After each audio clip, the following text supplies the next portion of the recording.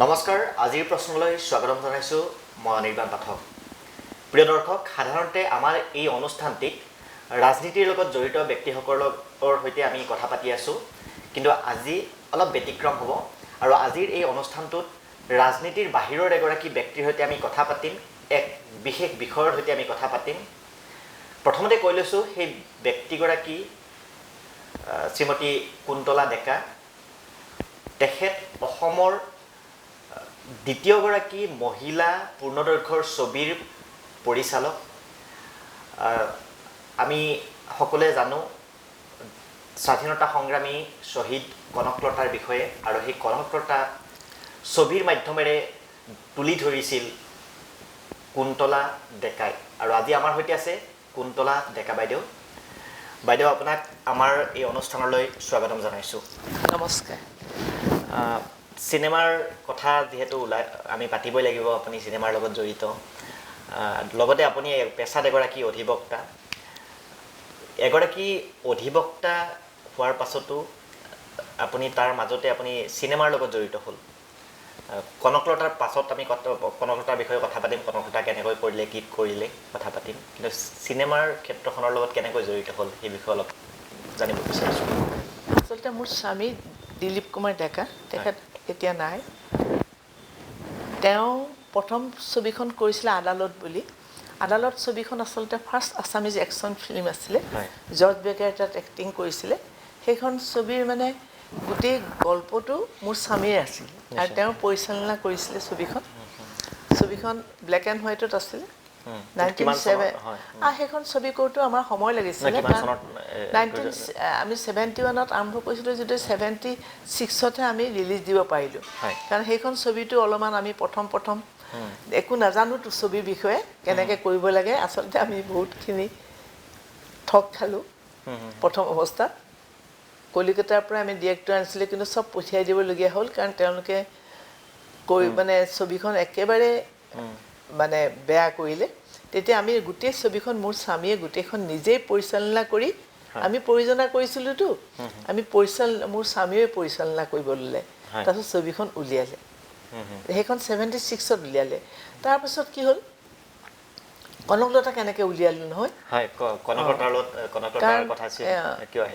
কনকলতাখন আচলতে মই মানে অনিৰ্বাণ থিয়েটাৰে লতাশিল ফিল্ডত 1985ত এই থিয়েটাৰখন আনিছিলে আমি চাবলৈ গ'লোঁ এদিন মই মোৰ স্বামীৰ লগত ছবিখন মানে নাটকখন চাই ইমান ভাল পালোঁ তাত পূৰ্ণিমা পাঠকে এক্টিং কৰিছিলে কনকলতাৰ ৰোলটো ইমানেই ভাল লাগিলে মানে মই ক'লোঁ যে এইখন ছবি আমি যেনে তেনে কৰিব লাগিব কাৰণ ইমান এগৰাকী বীৰংগনা ইমান কম বয়সৰ ছোৱালী আমি যদি এইখন ছবি নকৰিতো খুব অন্যায় হ'ব আমি কৰিম দিয়া মোৰ স্বামীয়েও ক'লে যে ঠিক আছে কৰিম তেতিয়া তাৰ যিজন মানে নাটকখনৰ লিখোঁতা ভৱেন বৰুৱা আছিল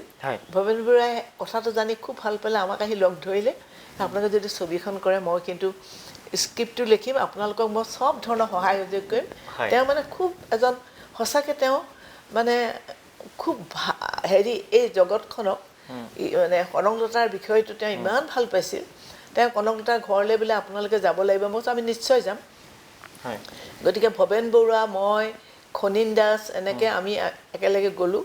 বৰঙাবাৰী পৰিয়ালটোক লগ ধৰিছিলোঁ মানে মই মাজতে এটা কথা সুধিব বিচাৰিছোঁ সাধাৰণতে এখন নাটকৰ পৰা চিনেমাৰ ৰূপ দিয়াটো ইমান সহজ কথাও নহয় এটা বেলেগ এটা কথালৈ মনলৈকে আহিছে ক'বলৈ ইচ্ছা গৈছে যে জ্যোতিপ্ৰসাদ আগৰৱালাই যেতিয়া জয়মতীখন নিৰ্মাণ কৰিছিল তেতিয়া ৰসৰাজ লক্ষ্মীনাথ বেজবৰুৱাৰ জয়মতী কৰি নাটকখনৰ পৰা তেওঁ কাহিনীটো লৈছিলে আৰু তেওঁ নিজে এই চিত্ৰনাট্য তৈয়াৰ কৰি লৈছিলে গতিকে নাটকখনক এই কনকলতা নাটকখনক চিত্ৰনাট্য সজাইছিল কোনে বা কেনেকৈ হৈছিলে ইমান সহজো নহয় ভৱেন বৰুৱাই কৰিছিলে তাতে আমিও অলপমান তেখেতক বহুত ধৰণে সহায় কৰিছিলোঁ দুই এটা চিন আমি লিখিছিলোঁ তাত ময়ো লিখিছিলোঁ মোৰ স্বামীও লিখিছিলে বিশেষকৈ কনকলতাৰ কেইটামান খুব ইম্পৰ্টেণ্ট মানে খুব প্ৰয়োজনীয় যেতিয়া যে এই যে মৃত্যুবাহিনীয়ে যে বেলেগকৈ যে তেওঁলোকে নিজে নিজে সভা পাতে কি কৰিব প্ৰচেছনটো কেনেকৈ কৰিব কি কৰিব তেওঁলোকে মানে পতাকা উৰুৱাব এইটো যে এইবিলাক যে সংকল্পবিলাক সেই গোটেইবিলাক কিন্তু সেই চিনবিলাক আমি লিখিছিলোঁ মই কনকলতাৰ বিশেষকৈ দুটা চিন মই লিখিছিলোঁ স্ক্ৰিপ্টত তাৰপিছত যেতিয়া কৰিম বুলি ভাবিলোঁ এতিয়া ডাঙৰ কথা হ'ল কৰিম সদায় জানিবা it is very difficult to tell A story in celluloid হয় নহয় আটাইতকৈ টান আৰু মই দেখিলোঁ আটাইতকৈ শিল্পৰ ভিতৰত টান কাম হৈছে এখন ভাল ছবি কৰা ছবি কৰা ধেমালি বস্তু নহয় তুমি থিয়েটাৰত তুমি বহুত বস্তু তুমি পাল মাৰিবও পাৰিবা তুমি ফাঁকি মানে দি পেলাই সাৰি যাব পাৰিবা কিন্তু চেলুলইডত নোৱাৰা কেতিয়াও নোৱাৰা তুমি গতিকে আমি চিনেমাস্কোপত প্ৰথম আৰম্ভ কৰিছিলোঁ তাৰপিছত আমি আৰম্ভ কৰিলোঁ মই মানে মোৰ স্বামীয়ে সদায় কৈছিলে যে তুমি ইষ্টাব্লিছ মহিলা আৰ্টিষ্ট নল'লে তুমি কেনেকৈ কৰিবা মেইন ৰোলটো হৈছে মহিলা মই কৈছোঁ মই ইষ্টাব্লিছ আৰ্টিষ্ট নলওঁ ইষ্টাব্লিছ আৰ্টিষ্টক কোনেও কনকলতা বুলি গ্ৰহণ নকৰিব আমিও গ্ৰহণ কৰিব নোৱাৰোঁ কনকলতা বুলি কনকলতা আমি যিটো বৰ্ণনা পাইছোঁ তেওঁৰ পঢ়া কাৰণ কনকলতাৰ বিষয়ে মই কনকলতাৰ জাজমেণ্টটোও পঢ়িছিলোঁ এই বগাৰাম কছাৰী যিটো হেৰিৰ কাৰণে আৰু তেওঁৰ যিজনে অৰ্ডাৰ দি বগাৰাম কছাৰী মৰিলে সেইটো জাজমেণ্টটো মই পঢ়িছোঁ কোন সময়ত প্ৰচেছনটো সোমাইছে পঢ়িছোঁ আৰু মানে গোটেইখিনি আমি মানে হিষ্টৰীটো গোটেই পঢ়ি ল'লোঁ তাত খালি এটা কথা কৈছিলে যে ফায়াৰ বুলি যিটো শব্দটো কৈছিলে সেই ফায়াৰটো আচলতে তেওঁৱে অৰ্ডাৰ দিছিল কিন্তু সেইটো জাজমেণ্টত কৈছে সেইটো প্ৰুফ নহ'ল প্ৰুফ নোহোৱাৰ কাৰণে তেওঁ হাৰি গ'ল দাৰোগাই অৰ্ডাৰ দিছিলে ফায়াৰ তেতিয়াহে বগাৰাম কছাৰীয়ে ফায়াৰ কৰিছিলে কিন্তু বগাৰাম কছাৰীয়ে নিজে ফায়াৰ কৰিব নোৱাৰে কিন্তু সেইটো প্ৰমাণ নহ'ল বুলি ক'লে গতিকে বস্তুটো সেইটো হ'ল কিন্তু আমি যেতিয়া বিচাৰিলোঁ মই ইমান বিচাৰিছোঁ যে কেনেকৈ কাক লওঁ কাৰণ এনেই থিয়েটাৰততো পূৰ্ণিমা শইকীয়াই কৈছিলে খুব ভাল কৰিছে তেওঁ এক্টিং কিন্তু তেখেতক আমি ল'ব নোৱাৰোঁ তেতিয়া কাৰণ তেওঁৰ মই মানে হেৰিত শ্বুট নকৰিব চিনেমাখনৰ কাৰণে নহ'ব তেতিয়া মই ৰুমি গোস্বামী নামৰ ছোৱালীজনীক বিচাৰি উলিয়ালোঁ আৰু মই কিন্তু চব ভগৱানৰ ওচৰত শৰণাপন্ন এইবিলাক কৰিছিলোঁ দেই মই ভগৱানকে কওঁ আৰু যে প্ৰভু তুমি মোক আৰু এজন ভাল ছোৱালী দিয়া যাক মানুহে গ্ৰহণ কৰে কনকলতা বুলি মোক দিয়া বহুত বিচাৰিলোঁ বিচাৰি নলবাৰীত ৰুমি গোস্বামী নামৰ ছোৱালীজনী পাইছিলোঁ তেওঁ তেতিয়া 12 ক্লাছত পঢ়ি আছিল তেওঁক মই দিলোঁ তেওঁ কোনোদিন চিনেমা কৰা নাই কোনোদিন কনকলতাৰ পিছত তেওঁ এখন কৰিছে এখনত কৰিলে পিছত মই শুনিছোঁ কিন্তু তাৰ আগতে তেওঁ থিয়েটাৰ কৰে আৰু মই যিদিনা তেওঁক চাবলৈ যাওঁ মানে মই যেতিয়া মানে গম পালোঁ যে ছোৱালীজনী তেনেকৈ কৰে এক্টিং কৰে মানুহ মোক কোনোবাই ইন্দ্ৰমণিয়াও কৈছিলে আপুনি সেই ছোৱালীজনী চাওকচোন বাৰু আপোনাৰ পচন্দ হয় নহয় আমি গোটেইবোৰ গৈছিলোঁ চাবলৈ তাই তেতিয়া সেইদিনাখন আকৌ তেওঁ যেতিয়া আহে সেইদিনাখন ৰাতিপুৱা তেওঁ শিৱসাগৰৰ পৰা থিয়েটাৰ কৰি সেই ঘৰত সোমাইছে তাই যেতিয়া মোৰ ওচৰলৈ আহে মানে আমি তেওঁৰ ঘৰত বহি আছোঁ খুব ভাল মানুহ দেই তেওঁলোকৰ পৰিয়ালটো দেউতাকো সাধাৰণ গভৰ্ণমেণ্ট চাকৰি কৰিছিলে তেওঁ মানে কৈছিলে মই কিন্তু ছোৱালীজনীক ক'লোঁ যে তাই বেচেৰি গধূলি সময়ত তাই শুয়ে আছিল তেতিয়ালৈকে তাই উঠি আহিছে যেতিয়া তাই কৈছে মই ক'লোঁ অঁ তাই ফ্ৰক পিন্ধি ওলাই আহিছে মই ক'লোঁ ক্ষীণ ওখ ছোৱালীজনী আৰু কম বয়সৰ ছোৱালী ৰাতি আহিছে বেচেৰি থিয়েটাৰ কৰি পেলাই আকৌ ঘৰ পাইছেহি ৰাতিপুৱা মই ক'লোঁ তুমি এটা মোক ডাইলগ এটা কৰি শুনাচোন তুমি যিখন থিয়েটাৰ কৰিলে তাই তৎক্ষণাত ইমান ধুনীয়াকৈ ক'লে মোৰ খুব ভাল লাগিলে ঠিক আছে এই ছোৱালীজনীকে মই ট্ৰাই কৰিম মই তেতিয়া মনস্থ কৰিলোঁ কিন্তু কোৱা নাছিলোঁ তেওঁলোকক কথা দিয়া নাছিলোঁ কিন্তু দেউতাকে কৈছিলে আপুনি তাইক কনকলতাৰ কাৰণে নল'লেও তাইক কিবা এটা কনকলতাৰ বান্ধৱী হিচাপে ল'ব তাই খুব ভাল পায় কৰি দেউতাক বৰ সৰল ভাল মানুহ আছিল মই একো কোৱা নাই কিন্তু মই ডিটাৰমাইন আছিলোঁ যে মই তাইকে ল'ম তাইক কেইদিনমান আগতে নি পেলাই তাইক মই কৰোৱাম আৰু সেইকাৰণে তাইক মই খুব ভালকৈ ৰাখিছিলোঁ যাতে খুব ভালকৈ খাই কম বয়সৰ ছোৱালী নহয় ধুনীয়াকৈ আছিলে খুব হেৰি থেকে সঁচাকৈ তাই ইমান ভাল এক্টিং কৰিলে মানে নলিন্দুৱে কৈছে দিনে দিনে তাইক মানে মোৰ বোলে মানে হেৰিখনৰ লেন্সত ইমান ভাল আহি গৈছে তাই মানে ছোৱালীজনী কাৰণ একদম তাই কোনো হেৰি নাই জড়তা নাই কোনো হেৰি নাই একদম তাই নিৰ্ভীকভাৱে ধুনীয়াকৈ কৰি গৈছে সঁচাকৈ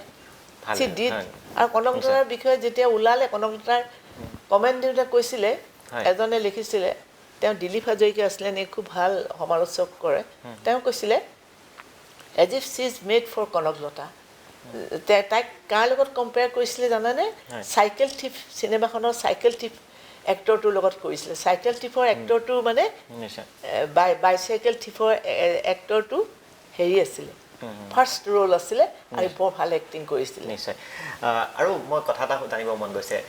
যেহেতু চিনেমাখন কৰাৰ সময়ত আপুনি যথেষ্টখিনি অধ্যয়ন কৰিবলগীয়া হৈছিল কাৰণ 1942 চনৰ গণ আন্দোলনৰ সেই ঘটনা আৰু 40 বছৰ প্ৰায় 45 বছৰৰ পাছত আপুনি কৰিছে চিনেমাখন গতিকে সেই সময়ৰ যি পটভূমি আছিলে তাক আপুনি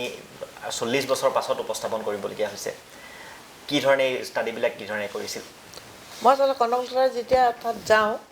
তাত মানে দেউতাকৰ ককা দেউতাকৰ ৰুমটো কেনেকুৱা আছিল কি কি এম্ব্ৰইডাৰী আছিল কেনেকৈ আছিল সব সেইখিনি মই চাইছিলোঁ আৰু কনকলতাৰ ককা দেউতাকৰ ৰোলটো আকৌ হৰি ডেকা যে এডভকেট তেখেতে কৰিছিল তেওঁ খুব ভাল এক্টিং কৰিছিল মানে হি অলছ' ডিড ভেৰি ৱেল তাৰপিছত খুব ভাল কৰিলে আৰু মই প্ৰত্যেকটো পঢ়িছোঁ কৈছোঁ ন মই নপঢ়া বস্তু তাত নাই কনকলতাৰ বিষয়ে তুমি কিতাপ পঢ়িবলৈ নোপোৱা বহুতে পিছত কিতাপ যদি কোনোবাই কিবা ৰিচাৰ্চ কৰিবলৈ আহে কোনোবাই বিচাৰিলে মোৰ তালৈ কিতাপ বিচাৰি আহে জানানে সুৰেন্দ্ৰ বৰুৱাই ইংৰাজীত কনকলতাৰ বিষয়ে এখন কিতাপ লিখিছিল আৰু তেনেকৈ গতিকে আমি কনকলতাৰ মই মানে গোটেইখিনি পঢ়িছিলোঁ কনকলতাৰ বিষয়ে আনকি কিবা এটা এবাৰ প্ৰেছত হেৰি কৰোঁতে হেমকুক প্ৰিন্সেছ কনকলতা মানে চব শ্বহীদৰ কিয়াকৈ লিখোঁতে কনকলতাৰ হেৰিটো ডেট অফ হেৰিটো ভুলকৈ দিছিলে মই কৈছোঁ নহয় এইটো ভুল ইচ্ছা আপুনি ভাল ক'লে দেই মই কৈছোঁ এইটো আপুনি লিখক মই শুধৰাই দিছিলোঁ তেওঁক কিবা কাৰণত মই গৈছিলোঁ মানে প্ৰেছত তেওঁ সুধিছিলে কনকলতাটো ইমান মই কৈছোঁ নহয় আপুনি চনটো এইটোহে হ'ব তেতিয়া তেওঁ কৈছে হয় মই তেনেকৈ কৰিব পাৰিছিলোঁ মই মানে ইমানেই পঢ়িছিলোঁ কনকলতাৰ বিষয়ে পঢ়ি পেলাই কৈছিলোঁ আৰু মোৰ ডিটাৰমেণ্ট আছিলে মই যে চিনেমাখন উলিয়াম কিন্তু আমি চিনেমা স্কোপত আৰম্ভ কৰিলোঁ আমি প্ৰথম যাক ডাইৰেক্টৰ ল'লোঁ মানে ভাল নালাগিলে কৰিব নোৱাৰিলে তাৰপিছত আৰু এজন ল'লোঁ তেওঁ আছিলে অৱশ্যে জনছ মহিলা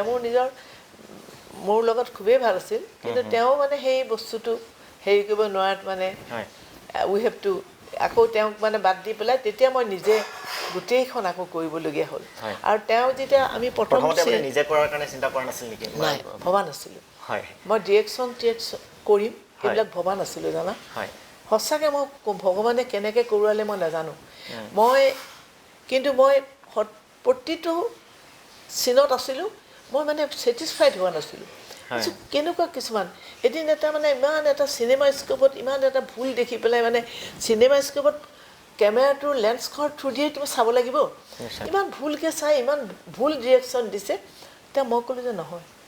তেতিয়া সেই কথাটো কোৱাৰ কাৰণে মই যেতিয়া ইণ্টাৰফেয়াৰ কৰিলোঁ তেতিয়া সেইকাৰণে তেতিয়া তেওঁ অলপমান ভাল হ'ব ক'লোঁ ঠিক আছে আমি গোটেইখিনি চাই পেলাওঁ তেতিয়া আমি মাদ্ৰাজলৈ গ'লোঁ 15 ৰিলছ চিনেমা স্কোপৰ গোটেইখিনি মই পেলাই দিবলগীয়া হৈছে এইখন চিনেমা যদি ওলালেহেঁতেন মই মানে জীয়াই থাকিব নোৱাৰিলোহেঁতেন মানুহে মোক মাৰিলেহেঁতেন মই সেই মানে লজ্জাত মানে মৰি গ'লোহেঁতেন বুজি পাইছেনে তাৰপিছত আমি আকৌ মানে সেইকাৰণে আমাৰ বহুত বছৰ লাগিলে 5 বছৰ লাগিলে আপুনি 85 চনৰ পৰা আৰম্ভ কৰিছিলে 85 চনৰ পৰা আৰম্ভ কৰি 1990তে মই উলিয়াব পাৰিলোঁ ইতিমধ্যে মোৰ চিনেমা স্কোপ কেমেৰা আনিলোঁ মাদ্ৰাজৰ পৰা 15 ৰিলছ এক্সপ'জ গোটেই পেলাই দিছোঁ ভাবি চোৱাচোন জাষ্ট থিংক অফ ইট আৰু তেতিয়া সেই সময়ত সহজে উপলব্ধ নহৈছিল একেবাৰে নাছিল সহজে উপলব্ধ গতিকে এনেকুৱা এটা অৱস্থাত মই ছবিখন কৰিলোঁ খালি মই একমাত্ৰ বিশ্বাস কৰা মই যে তোমাক ক'ব লাগিব মোক মানুহে যি কয় মই নাজানো I do not care for that also' কিন্তু মই এটা কথা মই ভগৱানক খুব বিশ্বাস কৰিছিলোঁ প্ৰভু মোক এই চিনেমাখন কৰোৱাই দিয়া তুমি আনকি তেতিয়া কিছুমানে কেছ লৈ আহে মোৰ তালৈ এবাৰ এনেকুৱা এটা মানুহ হৈছে মানে কিবা মাৰ্ডাৰ কেছত আহিছে মোক মই কৈছোঁ চাওক আপুনি ধৰি লওক যে কুন্তলা ডেকা এই পৃথিৱীত নাই মই কনকলতা কমপ্লিট নকৰালৈকে মই নাযাওঁ মই নকৰোঁ কেছ নকৰোঁ কাৰণ মই ডিটাৰমাইণ্ড যে এইখন ছবি মই উলিয়ামেই আৰু সেইকাৰণে বোধ কৰি ঈশ্বৰে মোক সহায় কৰিলে জানা সকলো পিনৰ পৰা কাৰণ আৰ্টিষ্টবিলাকৰ পৰা মই বহুত সহায় পালোঁ বেছিভাগে নতুন আৰ্টিষ্ট যিজনে বিষ্ণু ৰাভা কৰিছে তেওঁ নিউ আৰ্টিষ্ট তেওঁলোককো কিমান চাই লৈছোঁ আৰু তেওঁ বিষ্ণু ৰাভা জ্যোতি প্ৰসাদ জ্যোতিপ্ৰসাদ আগৰৱালাৰ ৰোলটো তুমি চোৱা না কিমান ধুনীয়া এক্টিং কৰিছে as if he is Jyotiprasad Agarwala চবেই কয় চশমা জোৰ পৰ্যন্ত আমি চাইছোঁ হয় মই মাজতে কথা এটা কৈ লওঁ বাইদেউ এই চিনেমাখন যেতিয়া মই একেবাৰে সৰু আছিলোঁ সেই সময়ত চাইছিলোঁ আৰু তেতিয়া মানে এটা পুৰণা কাহিনী এটা মোৰ মনলৈ আহিছে আৰু তেতিয়া গাঁৱৰ পৰিৱেশ আদিৰ পৰা প্ৰায় তেতিয়া 1996-97 চন তেনেকুৱা সময়ৰ কথা গাঁৱৰ পৰিৱেশ গাঁৱত এঘৰত টিভি থাকিলে ওচৰৰ গোটেই মানুহে তাত চাবলৈ আহে আমিও তেনেকুৱা এটা পৰিৱেশত চাই আছিলোঁ দেওবাৰে দূৰদৰ্শনত দিছিলে কিন্তু চিনেমাখন শেষ হ'বলৈ অলপ সময় বাকী থকা সময়ত মানে তেতিয়া বিদ্যুৎ সংযোগ ব্যাহত হ'ল কাৰেণ্ট গ'ল আৰু তাৰপিছত চোৱা হোৱা নাছিলে কিন্তু কিছুদিন পূৰ্বে মই ইউটিউবত চালোঁ নতুনকৈ দ্য জলিউড কেফেৰ তেওঁলোকে আপলোড কৰিছে চিনেমাখন চোৱাৰ কাৰণে সুযোগ পালোঁ আৰু তাৰ পাছতে আপোনাৰ লগত কথা পাতিবলৈ খুব ইচ্ছা গ'ল সঁচাকৈ ছবিখন মানে আৰু মই ভাবোঁ ময়ো কিবা এটা নিশ্চয় পুণ্য কাম কৰিছিলোঁ নহ'লে কনকলতাৰ নিচিনা ছবি এখন ইমানবোৰ চিনেমা কৰা মানুহ আছে কতই কেনেকুৱা ধৰণৰ ৰোলবিলাক কৰে কিন্তু জ্যোতিপ্ৰসাদ আগৰৱালাক তুমি মন কৰিছিলানে জ্যোতিপ্ৰসাদ আগৰৱালাই সদায় অসমৰ গৌৰৱক লৈ চিনেমা কৰিছিল নিশ্চয় আমাৰ ইয়াতো সাধাৰণ কিবা এটা কাৰোবাৰ লগত কিমান পাৰভাৰ্টেড কিছুমান গল্পৰ চিনেমা কৰি আছে অসমীয়া চিনেমা বহুতে উলিয়াইছে সেইবোৰ ডাঙৰ ডাঙৰ ডিৰেক্টৰ আকৌ কিছুমান নাম কৰা মই নাম নকওঁ এতিয়া তোমালোকে নিজেই বিচাৰ কৰিবা কিন্তু কনক আমাৰ ইমান বীৰ বীৰংগনা আছে তেওঁলোকক লৈতো চিনেমা কৰিবলৈ নাহে কনকলতাৰ চিনেমাখন আচলতে কুন্তলা ডেকাই উলিয়াব নালাগিছিল ইয়াৰ আগতে বহুত চিনেমা কৰিছে কিয় কনকলতা নকৰিলে নিশ্চয় আৰু বাইদেউ আমি যদি চাওঁ যিসকল অসমৰ বাহিৰৰ ভাৰতৰ বিভিন্ন প্ৰান্তৰ যিসকল বীৰ বীৰাংগনা যিসকল শ্বহীদ তেওঁলোকক লৈ বহু চিনেমা আগতে ওলাইছে বা তেওঁলোকক যি ধৰণে উপস্থাপন কৰা হৈছে কিন্তু আমাৰ অসমৰ শ্বহীদসকলক সেই ধৰণে উপস্থাপন আজিলৈকে হোৱা নাই নেকি তেনেকুৱা এটা ভাৱ হয় তুমি ঠিকেই কৈছা কাৰণ মই কি হ'ল কনকলতা ছবিখনৰ লগততো মই এওঁৰ আৰু মোৰ ভীষণ কষ্ট গৈছে আমাৰ মানে আয়ুস যোৱাৰ নিচিনা হৈছে মানে ইমান কষ্ট আমি কৰিছোঁ তেতিয়া মানে মই কনকলতা ছবিখনৰ যেতিয়া লাষ্ট 1990ত এই চেঞ্চৰ কৰিলোঁ চেঞ্চৰ বৰ্ডৰ অফিচত যেতিয়া চাৰ্টিফিকেট আনিবলৈ যাওঁ মোক তেতিয়া এটা প্ৰশ্ন কৰিছিলে যে why you have made this picture now why you have made this picture so late তেতিয়া কৈছে মই বুজিব পৰা নাই কৈছোঁ we have made this picture actually it took many years 5 years it took you know our finance is limited market is also not so wide and very poor we have made this picture now that is why মই বুজা নাই তেওঁলোকে কি কাৰণে সুধিছে তেতিয়া কি কৈছে জানা মোক মই কেতিয়াও এই কথাটো মই বোধকৰো মোৰ জীৱনৰ শেষ দিনলৈকে এইটো কথা মোৰ মনত থাকিব কৈছিলে যে in Bengal we have made so many films on national martyrs just after the independence সেইকাৰণে তেওঁলোকে মোক সুধিছিলে why you have made this picture now বুজিছা কাৰণ ইমান লেটকৈ আমি বনাইছোঁ 1942 শ্বহীদ and she is the youngest woman শ্বহীদ in India ইণ্ডিয়া আৰু তেওঁলোকৰ ঘৰলৈ যেতিয়া মই সেইকাৰণে যাওঁ ভায়েকে কৈছিলে কনকলতাৰ ভায়েকে যে বাইদেউৰ কাৰণে বাইদেউৰ বিষয়ে জানিবৰ কাৰণে ছুইজাৰলেণ্ডৰ মানুহ আহে আমাৰ তাত কিমান মানে লিখি থৈ যায় মানুহে কথাবিলাক আৰু বহুতে কয় এইখনৰ চিনেমা কৰিবই কিন্তু কোনেও নকৰিলে আপোনালোকে চিনেমাখন কৰিব দেই মোৰ তেতিয়া সেইদিনাখন বহুত দুখ লাগিছে মই মানে সঁচাকৈ মই ভয় খাই গৈছোঁ ভগৱানক ভাবি মই ক'লোঁ আপোনালোকে ভগৱানক প্ৰাৰ্থনা কৰক যাতে আমি চিনেমাখন উলিয়াব পাৰোঁ আমি কিন্তু চিনেমাখন কৰিম বুলিয়ে আহিছোঁ নাজানো আৰু আপোনালোকে ভগৱানৰ ওচৰত প্ৰাৰ্থনা কৰক যাতে আমি চিনেমাখন উলিয়াব পাৰোঁ আমি সেই মানে অৱস্থাৰে চিনেমাখন উলিয়াব গৈছোঁ এই চিনেমাখন যেতিয়া ৰিলিজ হ'ল তাৰপাছত যিটো সাধাৰণতে চিনেমাবিলাকৰ লগত কথা থাকে বাণিজ্যিক সফলতাৰ কথা থাকে মানে সেই দিশৰ পৰা চাবলৈ গ'লে কেনেকুৱা পাইছিলে সেই সময়ত চিনেমাখন মানুহে এনেই খুব ভাল পাইছিলে কিন্তু কিবা কিবি কাৰণত কেতিয়াবা কিবা এটা প্ৰব্লেম হ'ল ধৰা হেৰিত চিনেমাখন কিবা উঠি আহিল এনেকুৱা হ'ল কিন্তু চিনেমাখন এনেই মানুহে খুব ভাল পাইছিল অনুৰাধাত ইয়াত দেখুৱাইছিলোঁ বন্দনতো দেখুৱাইছিলে মানুহে কান্দি পেলাইছে চিনেমাখন চাই কিন্তু মানে বাণিজ্যিক সফলতাটো আমি এতিয়া খুব পাইছোঁ বুলি আমি ক'ব নোৱাৰোঁ কিন্তু এই চিনেমাখনৰ প্ৰিমিয়াৰ শ্ব' ভূপেন দাই কৰিছিলে মই ভূপেন দাক আগতে কৈছিলোঁ যে ভূপেন দা কাৰণ ভূপেন দাৰ ওচৰলৈ যেতিয়া চিনেমাখন কৰোঁ আমি গৈছিলোঁ মই বোলো সংগীতটো ভূপেন দা জ্যোতি সংগীত দিম বুলি ভাবিছোঁ তাৰপিছত তুমি খুব ভাল ভাবিছা জ্যোতি সংগীতেই দিবা কিন্তু তোমাক মই ক'লোঁ জ্যোতি সংগীততে মই এতিয়া কাক ল'ম তেওঁ তেতিয়া অনুপম চৌধুৰীৰ কথা ক'লে আৰু অনুপম চৌধুৰীয়ে সঁচাকৈ বহুত ভাল কাম কৰিলে তেওঁ খুব সুন্দৰ জ্যোতি সংগীত তাত দিলে আমাৰ গোটেই ছবিখনেই জ্যোতি সংগীত কিন্তু ভূপেন দাক মই কৈছিলোঁ আপুনি কিন্তু প্ৰিমিয়াৰ শ্ব'টো দাদা আপুনি পাতিব লাগিব তেওঁ ক'লে যে প্ৰিমিয়াৰ শ্ব' মই আহিম খালি তুমি ঘৰত খবৰ লৈ থাকিবা তেওঁৰ ঘৰ আকৌ আমাৰ ঘৰৰ ওচৰতে নহয় মই থকা জেগাৰ পৰা একেবাৰে ওচৰ তেওঁ কৈছে তুমি খবৰ লৈ থাকিবা মই যেতিয়াই আহোঁ মই তেনেকৈ তুমি পেলাব পাৰিলে ভাল হয় মই দাদা মই তেনেকৈয়ে পেলাম কাৰণ আপোনাকতো আনিব পৰা মোৰ সামৰ্থ্য নাই কাৰণ তেতিয়া মানে আমি মানে ফোনৰ বিল দিবৰ কাৰণে চিন্তা কৰিবলগীয়া হৈছে আমাৰ টকা পইচা একো নাই তেতিয়া ক'লে যে হেৰি তাৰপিছত তেওঁ আহিব তেওঁ 2 ফেব্ৰুৱাৰী নে 1 ফেব্ৰুৱাৰীত আহিব মানে 1990 গম মই খবৰ লৈ থাকোঁতো কেলকাতাৰ পৰা আহিব 3 ফেব্ৰুৱাৰীত সেইকাৰণে উদ্দেশ্য চিনেমা হলত আমি প্ৰিমিয়াৰ শ্ব' পাতিছিলোঁ ভূপেন দাই ক'লে যাম মই বোলো ভূপেন দা আমাৰ গাড়ীৰে ভূপেন দাক লৈ আনিলে আহিয়ে ভূপেন দাই কৈছে মই কিন্তু তোমাৰ ছবিখন মাজতে উঠি যাব লাগিব অলপ চাই উঠি যাম আৰু কাৰণ মোৰ আজি কেইবাটাও মানে প্ৰগ্ৰাম আছে কিবা কিবি সেইদিনাখন তেওঁ আলফাৰ গানৰ ৰেকৰ্ডিং নে কি আছিল মই পিছত গম পালোঁ মানে মই দাদা আপুনি যেনেকৈ আপুনি যে আহিছে এইটোৱে ভাল মোৰ মানে দাদা গৈ পেলাই তেওঁক গাড়ীয়ে ঘৰৰ পৰা লৈ আনিছিলে আমি তেওঁক গামোচা এখনো দিয়া নাই দেই উদ্দেশ্য চিনেমা হলৰ মেনেজাৰে ক'লে উদ্দেশ্য চিনেমা হললৈ দাদা আজি প্ৰথম আহিছে মই সম্বৰ্ধনা জনাব পাৰোঁ নেকি মই দাদাক সম্বৰ্ধনা আপোনালোকে জনাব খোজে দাদাই কিয় নল'ব ল'ব সম্বৰ্ধনা দাদাইতো ৰিফিউজ নকৰে ল'ব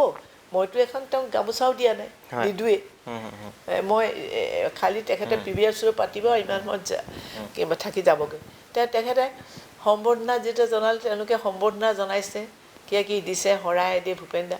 আৰু ভূপেন দাই আৰ্টিষ্টবিলাকক চবকে চিনাকি কৰি দিছে আমাক সকলোকে চিনাকি কৰি দিছে ভূপেন দাই চালে ছবিখন মই কৈছোঁ মাজতে ইণ্টাৰভিউ দি দিলোঁ মই সেইকাৰণে ইণ্টাৰভিউত কৈছোঁ ভূপেন দা আপুনি যাবগৈ পাৰিব তেতিয়া ভূপেন দাই ছবিখন চাই ইণ্টাৰভিউ দিয়াৰ লগতে বাহিৰলৈ আহিছেতো ইমান কান্দিছে ভূপেন দাই মানে গোটেই গামোচাখন নতুন গামোচাখন চকু পানীয়ে তিতি গৈছে ভূপেন দাই ক'লে এই ছবিখন মই আজি কমপ্লিট চাম ইয়াৰ এটা শ্বটো মই বাদ দিলোঁ ইমান ভাল লাগিছে মোৰ ছবিখন তাৰপিছত আকৌ ভূপেন দা বহিলোঁ মানে আমি ভূপেন দাই সম্পূৰ্ণ চিনেমাখন চালে তাৰপিছতে ভূপেন দাই ছবিখন চাই তেওঁ লগে লগে মোক কমেণ্ট এটাও লিখি দিলে মানে কমেণ্টটো মানে লগে লগে লিখিছে তাত যে it is a milestone in biographical motion pictures of India আৰু কি বহুত লিখিছে লিখি পেলাই লগে লগে মই এতিয়াও দেখুৱাব পাৰোঁ আপোনালোকে যদি সেইখন ফটো তুলি লৈ যাব খোজে লৈ যাব পাৰে মই ৰাখিছোঁ এইখন মই মানে কেতিয়াও পাহৰিব নোৱাৰোঁ আৰু ভূপেন দাই তাৰপিছত শুনিছোঁ ভূপেন দাই মানে খালি সেই ছবিখনৰ কথাই কৈ আছিলে আৰু ভূপেন দাই সেইদিনাখন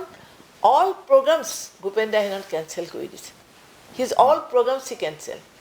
আৰু পিছদিনাখন তেওঁ গোলাঘাটত গৈ পেলাই গোলাঘাটৰ য'ত ফাংচনত মাতিছিলে তাৰ মানুহে মোক পিছত কৈছে ভূপেন দাই বোলে তাত কৈছে বহুত বছৰৰ মূৰত এখন ভাল অসমীয়া কথা ছবি চালোঁ কনকলতা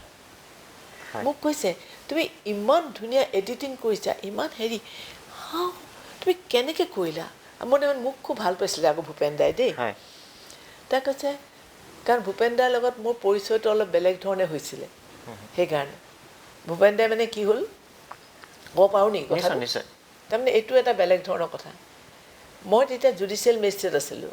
মই অসমৰ প্ৰথম লেডি জুডিচিয়েল মেজিষ্ট্ৰেট আছিলোঁ দেই তাৰপিছত এই মোক মানে সেইটো 73 নে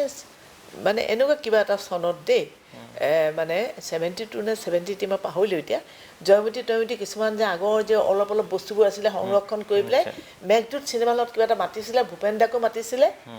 মোকো মাতিছিলে মই ভূপেন দাক দিয়াচোন স্কুলীয়া দিনৰ পৰা চিনি পাওঁ ভূপেন দাৰ প্ৰগ্ৰাম বুলি ক'লে মই সদায় বহি থাকোঁ যিমান ৰাতিলৈকে হ'লে প্ৰগ্ৰাম শেষ কৰি আহোঁ বুজিছা নাই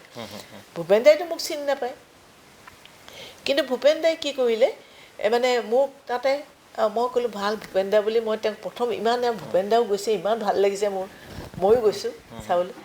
কৈছে কোন তুমি মই কৈছোঁ মই কুন্তলা ডেকা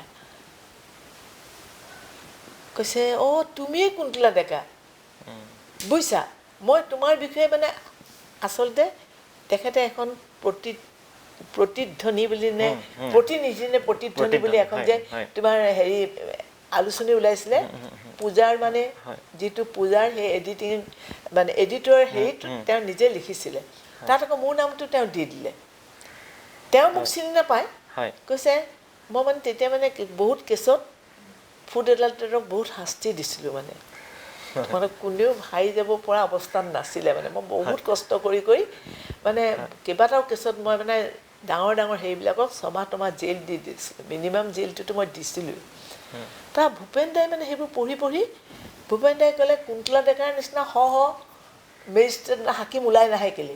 মোৰ নামটো লিখি দিয়াৰ কাৰণে বোলে মোক কৈছে বুজিছা বহুত হাকিমে কয় আপুনি যে কুন্তলা ডেকাৰ কথা লিখে আমাৰ কথা কিয় নিলিখে মোক তেওঁ চিনিয়ে নাপায় তেতিয়ালৈকে জানানে সেইকাৰণে কৈছে তুমিয়ে কুন্তলা ডেকা মই ভূপেন দাৰ লগত মোৰ প্ৰথম মানে দেখা দেখিটো মানে একে ওচৰাওচৰিকৈ দেখা দেখিটো মানে মিটিংটো সেই বেংকটোত চিনেমাখন উঠিছে মানে আপুনি কনকলতা চিনেমাখন নিৰ্মাণৰ পাছত আৰু বেলেগ চিনেমা নিৰ্মাণৰ কথা চিন্তা নকৰিলে আচলতে মই কৰিছিলোঁ আমি আচলতে লাচিত বৰফুকন কৰাৰ কথা ভাবিছিলে তেওঁ আৰু হৰি ডেকাক লৈ কৰিম বুলি ভাবিছিলে হৰি ডেকাক সেইকাৰণে ঘূৰা তোৰাত কেইদিনমান তেওঁ লৈ গৈছিল কিন্তু নোৱাৰিলোগৈ হেৰি কৰিছিলোঁ তেওঁ বহুতখিনি নোৱাৰিলোগৈ মানে তেওঁৰ তাৰপিছত গা চা খুব বেয়া হ'ল হেৰি হ'ল আৰু বাপৰে মই কৈছোঁ এইখন চিনেমা লাচিত বৰফুকন কৰাটো ধেমালি বস্তু নহয় কৈছোঁ কেনেকৈ পাৰিবা তাৰপিছত অৱশ্যে মই বহুত হেৰি কৰিলোঁ কিছুমান এই কি কয় টিভি ফিল্ম চিৰিয়েল এনেকৈ দুই এটা কৰিছিলোঁ আৰু ডকুমেণ্টেৰী কৰিলোঁ কেইবাখনো মানুহে খুবেই ভাল পাইছিল বলিহাল নামৰ যিখন মানে টিভি ফিল্ম কৰিছিলোঁ সেইখন খুবেই ভাল পাইছিল মানুহে মোৰ কৰিবলৈ ইচ্ছা আছিলে খুবেই ইচ্ছা আছিলে আৰু বিশেষকৈ ওমেনৰ ওপৰত কৰিবলৈ মোৰ এটা ইচ্ছা আছিলে কেলে মই ৰেডিও কৰিছিলোঁ কিন্তু নাই পৰা দেখোন নোৱাৰিলোঁ আৰু এতিয়া ইমান বয়স হ'ল এতিয়া আৰু ভাবিব নোৱাৰোঁ আৰু কনকলতা ছবিখন এইখন ছবি মোক মানে অতি অন্যায় কৰি পেলাই পেনৰমালৈ নপঠিয়ালে এইখন ছবি পেনৰমালৈ নপঠিওৱাৰ কাৰণে মোক বহুতে কৈছে যে এইখন পেনৰমাত যোৱাটো মানে নিশ্চিন্ত আছিল মোতকৈ বহুত বেয়া ফিল্ম সেইমত পেনৰমাত পঠিয়াই দিছে কিন্তু এইখন পেনৰমা আজি পেনৰমাত পঠিওৱা হ'লে গোটেই বিশ্বই দেখা পালেহেঁতেন নহয় অসমৰ কালচাৰ দেখিলে অসমৰ এগৰাকী শ্বহীদক দেখা পালেহেঁতেন কিন্তু সেই মানুহজনে মানে এজন মানুহে অন্যায় কৰি পেলাই চিনেমাখন তেওঁ অসমৰ সেই সময়ত মানে মোক কিন্তু বাকী প্ৰডিউচাৰ কিছুমানে বহুত ভাল প্ৰডিউচাৰে কৈছিলে আপোনাৰ ছবিখনটো খুবেই ভাল হৈছে মানে ইয়াত যেতিয়া প্ৰথম চাওঁ আমি তেতিয়া ৰিলিজে নিদিয়াকৈ চাওঁতে এইখনটো পেনৰমাত পাবই কিন্তু আমাৰ ইল্লাক মানে সেই মানুহজনে হেৰি হ'ল সেইবাৰ তেতিয়া পেনৰমাত যাবলৈ হ'লে তোমাৰ হেৰিবিলাক ক'ত হৈছিলে জানা এই কি কয় কলিকতাত হয় এটা বেংগল উৰিষ্যা অসম এই গোটেই নৰ্থ ইষ্টাৰ গোটেই চিনেমা এইবিলাক মানে কেলকাতাত হয় আৰু এটা হৈছিলে মাদ্ৰাজত এটা হৈছিলে বম্বেত তাৰপিছত গোটেইবোৰ দিল্লীলৈ আহে মোৰ ছবিখন মানে আমাৰ এই অসমৰ মানুহে দেখিছে অসমৰ মানুহক কিমান শত্ৰুতা কৰে মানে তেওঁৰ কিবা এটা আমি লিখাৰ কাৰণে তেওঁ আমাক ছবিখন তেওঁ কিছুমান পোষ্টত আছিলে মই নাম নকওঁ তোমালোকে সেই সময়ত কালেকশ্যন কৰিলে গম পাবা তেতিয়া মানে তেওঁ আমাৰ প্ৰতি আমি তেওঁৰ বহুত অন্যায় কৰা যেতিয়া জ্যোতি চিত্ৰমণিৰ লগত তেওঁ আছিলে বহুত তেওঁৰ কাৰাপশ্যনৰ কথাটো আমি কিবাকিবি লিখাৰ কাৰণে তাৰপিছত মানে তেওঁ জানিলে তেওঁ আমাৰ প্ৰতি অন্যায় কৰিবলৈ মই কৈছোঁ আৰে কনকলতাৰ লগত তেওঁৰ সম্বন্ধটো কি আমিতো সেইটো অন্যায় কৰা চিনেমা জগতৰ এটা ডাঙৰ কেমেৰা হেৰি এটা আনি পেলাই তোমাৰ যিটো এডিটিং কেমেৰা আনি পেলাই ইমান এটা ছফিষ্টিকেটেড হেৰি আনি দিছে চৰকাৰে টকা দিছে সেইবোৰ টকাও খাই পেলাই এইখিনি আনি পেলাই সেইটো ভাঙি থৈছে আমি সেইটোৰ ওপৰত ফটো লৈ পেলাই কিবা কিবি দিছিলোঁ দুৰ্ভাগ্য আৰু সেইটো আমি দিছিলোঁ অগ্ৰদূতৰ নিচিনা হেৰিত আৰু তেখেতে কৈছে মই উলিয়ামেই এইটো কিন্তু পিছত তেওঁ কেইদিনমানৰ পিছত আহি পেলাই আমাক ইয়াত ঘূৰাই থৈ গৈছে তেখেতৰ বিষয়ে আগতেও এটা লিখিলোঁ আৰু এতিয়া মই নিলিখোঁ এইটো ঘূৰাই দিয়ে তেওঁ ইতিমধ্যে গম পালে তেওঁ সেইকাৰণে মানে তেওঁ এইটো একদম সঁচা কাৰণ পাছত তেওঁ মোক কেতিয়াও ফেচ কৰিব পৰা নাই হি ইজ ন' মোৰ ইন দিছ ৱৰ্ল্ড নাও আজি মানে বৰ দুখেৰে কৈছোঁ তোমাক অসমীয়া আজি অসমৰ ইমান প্ৰব্লেম কি হৈছে জানা অসমীয়া মানুহৰ বহুত শত্ৰু আৰু সেইবোৰ মানুহে কিমান পাৰভাৰ্টেড চিনেমা কৰিছে আমি জানো মই ক'ব পাৰিম আৰু তেওঁ মই যে বহুতক এই কথাটো কৈ দিয়া কাৰণে তাৰ পাছত ফেচ কৰিব পৰা নাছিলে মোক he could not face me that man এইবোৰ মানে ক'ব নোৱাৰোঁ কনকলতা ছবিখন ভূপেন দাই জানি পেলাই কি কৈছিলে জানা মই বোলে খবৰ কৰিছোঁ ইয়াত যেতিয়া কৰ্ণেল নগ'লে বুলি ক'লে ভূপেন দাই মানে পেনোৰামাত যিবোৰ মানুহ গৈছিলে কেলকাতাৰ ধৰা বহুত আহেতো যিকেইজন মেম্বাৰ প্ৰত্যেকৰ তাত খবৰ গৈছে কৈছে আমি চিনেমাখনটো অসম্ভৱ ভাল পাইছিলোঁ কিয় নগ'লে এইখন পেনোৰামাত কাৰণ ইয়াৰ আকৌ অসমৰ মানুহজনে সেইবাৰ চেয়াৰপাৰ্চন হৈ গ'ল তেওঁৰ ভোট থাকে নিশ্চয় তেওঁ মানে অন্যায় গ'ল এইটো দহটো মত অন্যায় সেই মই যিকেইখন চিনেমা গৈছে আৰু তাৰ লগত তুমি কনকলতাখন বহাই দিয়াচোন যিখন ভূপেন দা কিন্তু মই তেতিয়া বুজিছোঁ যে ভূপেন দা ইজ ৰিয়েলি মানে অন্তৰাত্মা গোটেই মানুহটোৱে শিল্পী তেওঁ মানে একো জানা বাহিৰ ভিতৰত তেওঁ মানে যিটো ভাল পায় তেওঁ ভাল বুলি কৈ দিয়ে এনেকুৱা আমাৰ আগত সেই মানুহটোৰ কথা কৈছে মানে চেয়াৰপাৰ্চনটোৰ কথা কৈছে কিমান বেয়াকৈ কৈছে মোৰ আমাৰ আগত ভূপেন দাই মানে এনেকুৱা গালি পাৰিছে মানে ভূপেন দাই জানা গালি পাৰিলে মানে কয় যে এইখন চিনেমা পেনোৰামাত নপঠিয়াই এইখন চিনেমা আৰু কি কিবা অৰণ্য পঠিয়াইছে অকণমান যে সেই অৰণ্য মানে কিবা মানে বুজিব নোৱাৰোঁ মই তোমাক কথা ক'ব নোৱাৰোঁ আৰু বেলেগ আৰু এখন চিনেমা পঠিয়ালে যে বাকীখন পঠিয়াব নোৱাৰে সেইটোও নহয় অন্যায় আচ্ছা কনকলতা শ্বহীদ না তুই কুন্তলা ডেকা বা দিলীপ ডেকাৰ লগত কাৰণ দিলীপ ডেকাই লিখিছিলে এই বস্তুটো মানে এডিটিং মেচিনটো যেতিয়া ভাঙি পেলাই তুমি ইমান এটা এডিটিং মেচিন চফিষ্টিকেটেড মেচিন আনি পেলাই তুমি যদি বম্বেৰ পৰা আহোঁতে যদি তুমি এইখিনি যদি তুমি ট্ৰাকত আনা সেইটো ভাঙিবই বাইদেউ আমি বেলেগ এটা কথা পাতোঁ মানে আমি অনুষ্ঠানটো সামৰিবৰ হৈছে কিন্তু তাৰ আগত আমাৰ তাক দুটা কথা সুধিব মন গৈছে এটা হৈছে বৰ্তমানৰ যিবিলাক অসমীয়া ছবি বৰ্তমানত নিৰ্মাণ হোৱা অসমীয়া ছবিসমূহক লৈ আপুনি কি কয় বা বৰ্তমানৰ পৰিচালকসকলক লৈ আপুনি কি ক'ব বিচাৰে জাহ্নু বৰুৱাৰ হালধীয়া চৰাই বাওধান খাই সেইখন ছবি মই সঁচাকৈ ভাল পাইছিলোঁ বুজিছা কিন্তু নৱপ্ৰজন্মৰ ছবিৰ ভিতৰত মই এতিয়া খুব এটা চাবলৈ যোৱাও নাই কিন্তু মই যি দুই এখন কেতিয়াবা টিভিটো চাওঁ বা অমুকত চাওঁ মোৰ ভাল লগা নাই তাৰ ভিতৰত মই তোমাক এটা কথা কওঁ এখন ছবি মই ইমান ভাল পালোঁ সিদিনাখন লগতে দেখিলোঁ বাৰুদ বুলি ছবিখন বাৰুদ ছবিখন কিন্তু সঁচাকৈ খুব ভাল ছবি কৰিছে অল এক্টৰ এক্ট্ৰেছবিলাক ইমান ভাল পাৰ্ট কৰিছে খুব ভাল এক্টৰ এক্ট্ৰেছ আছে দেই তাত গোটেইবোৰ ভাল এক্টৰ এক্ট্ৰেছ মই দেখিলোঁ মোৰ বাৰুদ চিনেমাখন ইমান কাৰণ ডাইলগ চাইলগ চব পিনৰ পৰা ইমান ভাল বিজু ফুকনো আছে চবেই ভাল কৰিছে অত্যন্ত ভাল কৰিছে কিন্তু এতিয়া বহুত ছবি মানে মই সাজ পোছাকবিলাকো মানে যে বলিউডক যে ফ'ল' কৰিবলৈ যায় মই সেইটো একেবাৰে পচন্দ নকৰোঁ কাৰণ নিজৰ কৃষ্টি সংস্কৃতি যদি তুমি দেখুৱাব নোৱাৰিলা পেনোৰামা মানে কি তোমাৰ কৃষ্টি সংস্কৃতিটো ওলাইছে নাই এইটো চাব লাগে মই এই কনকলতাখন যেতিয়া পেনোৰামালৈ নগ'ল নহয় মই কি কৰিছিলোঁ জানা নাজানা মই বোলো ঠিক আছে মই তাৰ যিজন চেয়াৰপাৰ্চন হয় মই তেওঁক মই সুধিম যে আপোনালোকে তাত যদি নপঠিয়াই আপোনালোকে চাব পাৰে নোৱাৰে I want to make an appeal তেওঁ তেতিয়া কৈছিলে কিবা কাপুৰ বুলি এজন আহিছিল তাৰ চেয়াৰপাৰ্চনজন বেলেগ দিয়ে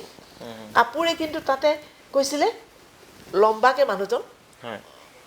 বগাকৈ লম্বাকৈ মানুহজন মই তেওঁক নিজে লগ ধৰিছিলোঁ বুজিছা দিল্লীত তাৰপিছত মই কৈছিলোঁ মই চাম আপুনি কিন্তু মোক দুদিনতে আনি দিব লাগিব পেইণ্টটো তেতিয়া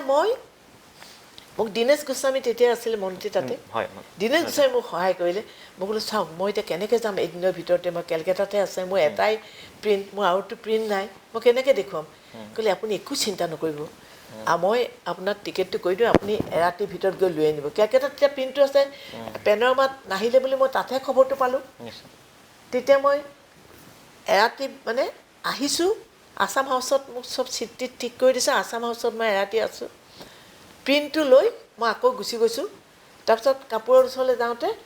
কাপোৰে ক'লে নাই জানে চাব নোৱাৰিম মোৰ তেতিয়া খুব দুখ লাগিছিলে কাপোৰে ক'লে আমাৰ চোৱা নিয়ম নাই তেতিয়া মই বুজিলোঁ যে গোটেইকেইটা তিনিটা যে তোমাৰ এটা চাউথত চাই এটা তোমাৰ বম্বেত চাই এটা ইয়াত চাই তাৰ তিনিওটা চেয়াৰপাৰ্চনে আকৌ তাৰো মেম্বাৰ হয় গতিকে আমাৰ চেয়াৰপাৰ্চনজনেই মোক গণ্ডগোল কৰিছে গতিকে হি ইজ অলছ' মেম্বাৰ তেওঁ যাব গতিকে চাব মোক তেওঁ নাচালে তেওঁ ৰিফিউজ কৰিলে বাইদেউ অনুষ্ঠানটো শেষ কৰিম একদম শেষৰ প্ৰশ্ন আপুনি এগৰাকী আইনজীৱী আৰু তাৰ সমান্তৰালকৈ যদিও হয়তো আপোনাৰ কথাৰ পৰা মোৰ লাগিছে আপোনাৰ পেছা চিনেমাৰ লগত জড়িত হোৱাটো আপোনাৰ পেছা নাছিলে এটা নিচা আছিলে নিচা আপোনাৰ কোনটো পৰিচয় বেছি ভাল লাগে পৰিচয় ভাল লাগে মানে তুমি যিটো সুধিলা যেতিয়া মই চিনেমাখন কৈছিলোঁ তেতিয়া কিন্তু মোৰ সেইটোতে মই একদম সৰ্বান্তকৰণে ঢালি দিছিলোঁ মই আচলতে যিটো কৰোঁ সেইটো মই গোটেই ঢালিয়েই দিওঁ কাৰণ মই ইয়াতে যেতিয়া মানে মই যেতিয়া ধৰা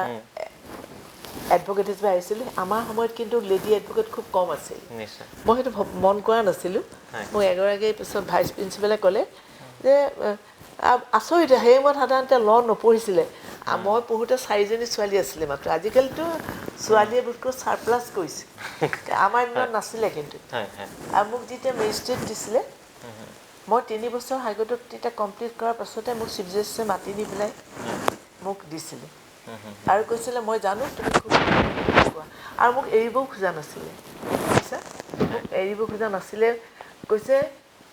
উই are so' happy with your works you will be promoted don't leave judiciary মই তেতিয়া কেলৈ এৰিলোঁ জানানে দৰমহা বহুত কম আছিলে ইমান কম দৰমহাত মই কেনেকৈ চলিম